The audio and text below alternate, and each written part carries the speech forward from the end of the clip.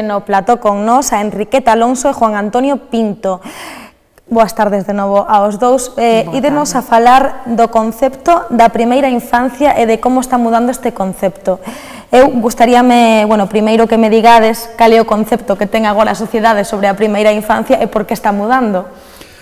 Mira, o concepto dos nenos da infancia mudou moitísimo. Hoxe, de feito, os nenos, a infancia, prácticamente o centro da sociedade, o embigo da familia son os nenos, non? Pero ao longo da historia non foi así. En antigua Grecia, en Roma, todas estas civilizacións das que vimos, os nenos nunca foron visibles. Prácticamente a infancia como tal non existía. En toda a longa etapa da Europa cristiana tampouco. Os nenos eran invisibles. E as nenas, desde logo, aínda moito máis. Pero nas últimas décadas do século XX, sobre todo desde que a Convención se proclama a Convención dos Dereitos dos Nenos e das Nenas en 1989, os nenos de invisibles pasaron a ser omnipresentes. Agora teñen unha importancia enorme na nosa sociedade. En Preescolar na Casa, a misión da Fundación é contribuir a crear unha cultura de infancia, é dicir, que toda a sociedade sexamos conscientes de que os nenos teñen unhas necesidades, de cales son esas necesidades e de responder a elas axeitadamente. Que importancia teñen estos primeiros anos da infancia, que me parece que tamén son os anos que vos abordades, non, de 0 a 6, nos futuros adultos? A ver, estes anos teñen importancia en si mesmos, porque son os anos nos que se aprenden as cousas máis importantes. Aprendemos a querer, a que nos queiran, a dormir, as normas, a respetar. Entón, temos que pensar que son importantes neste momento, non pensar que estamos facendo algo para o futuro, que sí, tamén vai repercutir, pero que o presente é o máis importante nos nenos, deixarlles ser nenos e vivir a infancia. Os nenos, nos pensamos que os nenos son persoas agora, con dereitos e con deberes, e teñen o dereito ao presente, non son unha especie de cascas baleiras que temos que encher de futuro, pequenos homúnculos sen dereitos, non, son persoas agora, e como tal temos que tratarlos. Vos, sabedes que estamos asistindo a un cambio na sociedade, un cambio nas familias, cada vez hai máis familias monoparentais, máis pais e nais solteiros, incluso parellas do mesmo sexo. Non sei isto como vai afectar a este concepto de sociedade do que estamos falando, non?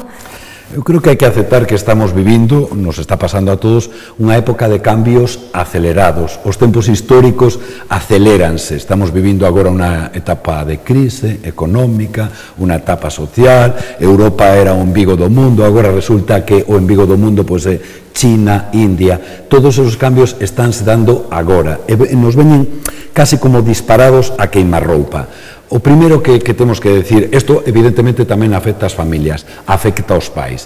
E o primeiro que hai que dicir é que os pais, as familias están a facelo ben, están a facelo moi ben, pero os cambios son tan potentes, tan urxentes, que todos necesitamos axuda, as familias tamén. Hai un principio pedagóxico que hai que educar tendo en conta o contexto. Entón, nos defendemos o papel da familia, independientemente da familia que sexa. É dicir, tendo en conta que sexa unha familia monoparental, unha familia tradicional, pois ela é consciente das carencias que ten e tamén das potencialidades. Entón, partindo dese contexto, pois ten que procurar que as necesidades dos máis pequenos responda a elas axeitadamente.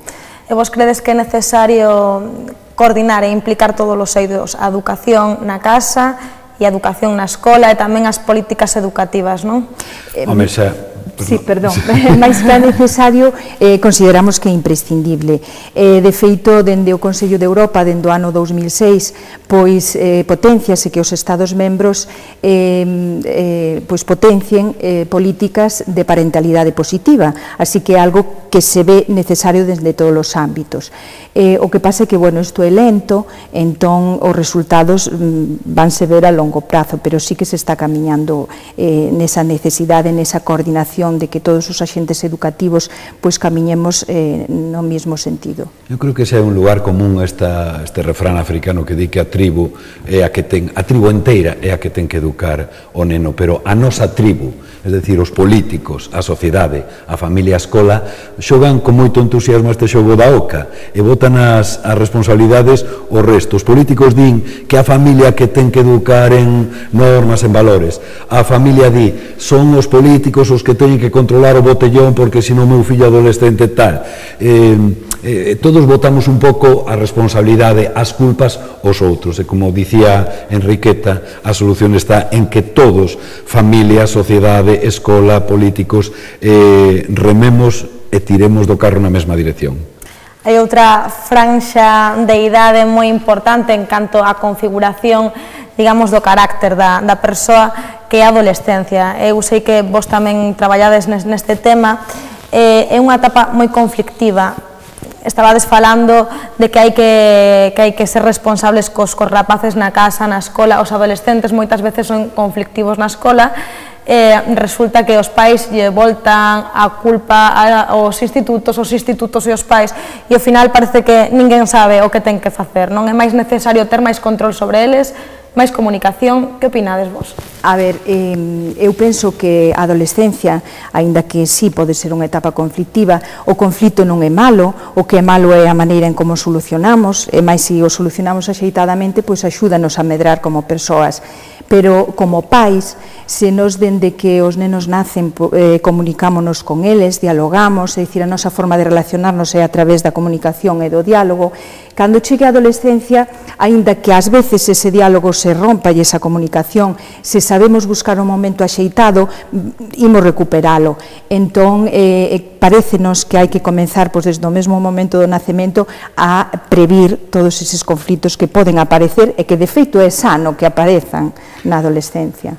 Eu creo que os pais, as familias, teñen que aceptar que achegarse a ese volcán de hormonas que un adolescente é complicado. É ben complicado, pero por iso hai que formarse, aprender o oficio de pais, aprender a ser mellores pais, aprender a ser máis nais, que ninguén, en fin, nace aprendido, conxugar o control necesario coa comunicación cos fillos, as dúas cousas. Eu creo que unha cousa fundamental que as familias e os pais non poden olvidar nunca: non somos colegas dos fillos, non somos amigos dos fillos, por máis que teñamos con eles unha relación amistosa. Somos pais, somos nais. Para colegas están os colegas e para os amigos están os amigos. Pois eu espero que todo o público que nos está vendo agora tome nota dos vosos consellos e vos siga, porque nos temos que despedir xa.